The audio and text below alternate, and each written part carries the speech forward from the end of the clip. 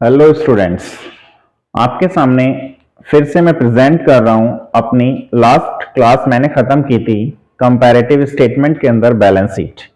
और last class में हमने बोला भी था कि नेक्स्ट वीडियो हम जल्दी ही लेकर आएंगे और नेक्स्ट वीडियो हमारी रहेगी कंपैरेटिव इनकम स्टेटमेंट के ऊपर। देखिए कंपैरेटिव इनकम स्टेटमेंट होती क्या है, इनकम स्टेटमेंट क्यों बनाई जाती है।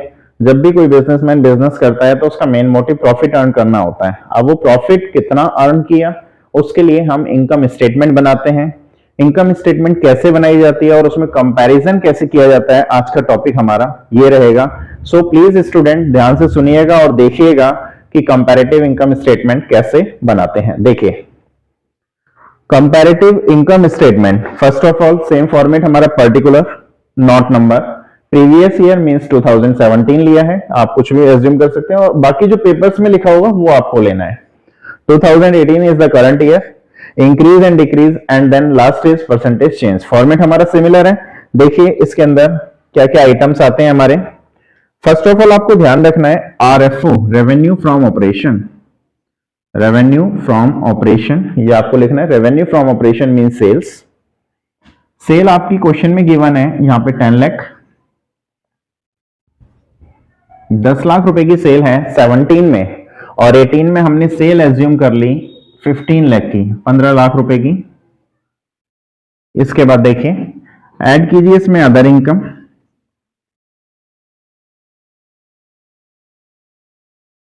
अदर इनकम देखिए, अदर इनकम मान लो मैंने एज्यूम की 5 लाख रुपीज, 5 लाख की मैंने अदर इनकम एज्यूम की, और इधर मेरी other income for example 5 lakh, similar ही रखते हैं। टोटल कीजिए इसका, ये तो हो गया 15 लाख रुपीस और ये हो गया हमारा 20 लाख रुपीस। नेक्स्ट इज, ये तो हमारे लिए क्या आ गया, ये है हमारा टोटल रेवेन्यू। ये है हमारा टोटल रेवेन्यू। इसमें से हमें लेस करना है ऑल एक्सपेंसेस। ऑल एक्सपेंसेस कौन से? ऑल एक्सपेंसेस मींस डायरेक्ट और इनडायरेक्ट एक्सपेंसेस, जो भी क्वेश्चन में गिवन हो वो सारे लेस करने।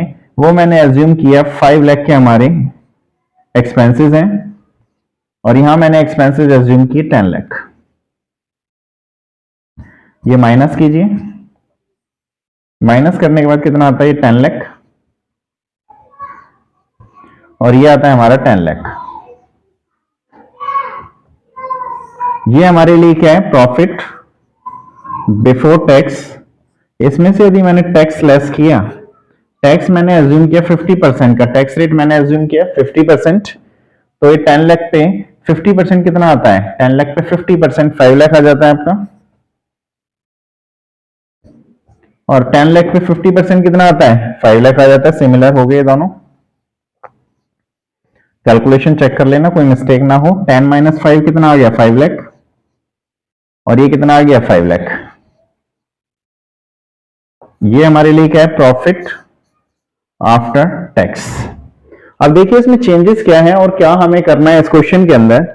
या इंक्रीज डिक्रीज लिखा हुआ है, सेम एस्टेज आपको वही एज्यूम करना है। 2017 को आपने ए एज्यूम कर लिया, 18 को बी एज्यूम कर लिया, इंक्रीज डिक्रीज को आपको सी एज्यूम करना है। अब यहां देखिए 17 में हमारी सेल थी 10 लाख की, 18 में हमारी सेल हो गई 15 लाख की, तो कितना चेंज आया, 5 लाख इंक्रीज होगी हमारी सेल, तो यहां आपने 5 लाख रुपीज लिख देने हैं। 5 लाख की हमारी सेल इंक्रीज है। यहां हमारी अदर इनकम 5 लाख, यहां भी हमारी अदर इनकम 5 लाख, कोई चेंजेस नहीं, यहां नील डाल देना। टोटल रेवेन्यू यहां 15 लाख था, यहां 20 लाख है, तो कितना हमारा इंक्रीज हो गया, टोटल रेवेन्यू हमारा 5 लाख का इंक्रीज हो गया। यहां तक लिख दिया आपने। इसके बाद देखिए हमारे खर्चे 5 लाख थे, इसके बाद नेक्स्ट हमारे 18 में हो गए 10 लाख, तो खर्चे हमारे कितने बढ़ गए, 5 लाख के खर्चे बढ़ चुके हैं हमारे। प्रॉफिट बिफोर टैक्स हमारे यहां भी 10 लाख, यहां भी 10 लाख, सेम, कोई चेंजेस नहीं। टैक्सेस हमारे यहां भी 5 लाख, यहां भी 5 लाख, कोई चेंजेस नहीं। And then profit after tax यहां भी 5, यहां भी 5, यहां भी कोई चेंजेस नहीं। सिंपल है बिल्कुल। परसेंटेज चेंज, हमें चेंजेस निकालने। चेंजेस का फॉर्मूला हमारा सिमिलर है बैलेंस शीट की तरह, C upon A multiply 100, C upon A multiply 100, ये हमारा फॉर्मूला रहेगा। देखिए कैसे कैलकुलेट करेंगे। 5 lakh divided by 10 lakh, 5 lakh divided by 10 lakh, 5 lakh divided by 10 lakh multiply 100, तो कितना आता है आपका 50% आता है, तो आपने यहां लिख दिया 50%। नेक्स्ट इज, इधर हमारा नील है, कोई चेंजेस नहीं है, तो इसे डैश छोड़ दीजिए। 5 lakh divided by 15 lakh, 5 lakh divided by 15 lakh multiply 100, तो कैलकुलेट कीजिए कितना आता है 33.33%। इतना चेंजेस आया हमारा। नेक्स्ट देखिए, 5 lakh divided by 5 lakh multiply 100, तो 100% का चेंज आया इसमें।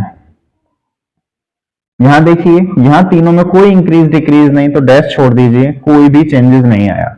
सिंपली आपने परसेंटेज फाइंड आउट कर ली, एक फॉर्मूला लगाया C/A मल्टीप्लाई 100, तो हम ये कह सकते हैं कि करंट ईयर और प्रीवियस ईयर के कंपैरिजन में हमारी सेल 50% की इंक्रीज हुई है। हमारी अदर इनकम में कोई इंक्रीज डिक्रीज नहीं हुआ। टोटल रेवेन्यू हमारी 33% की इंक्रीज हुई है। खर्चे हमारे 100% इंक्रीज हो गए। लेकिन यदि हम फाइनल रिजल्ट देखें, प्रॉफिट आफ्टर टैक्स, इसमें तो कोई चेंजेस ही नहीं आया, कोई इंक्रीज डिक्रीज हुआ ही नहीं, सिमिलर रहा। सेल बढ़ने से भी हमारे प्रॉफिट्स नहीं बढ़े, मींस कहीं ना कहीं प्रॉब्लम है। तो आप कंपैरिजन इस तरह से कर सकते हैं 2 इयर्स के डेटा को लेके।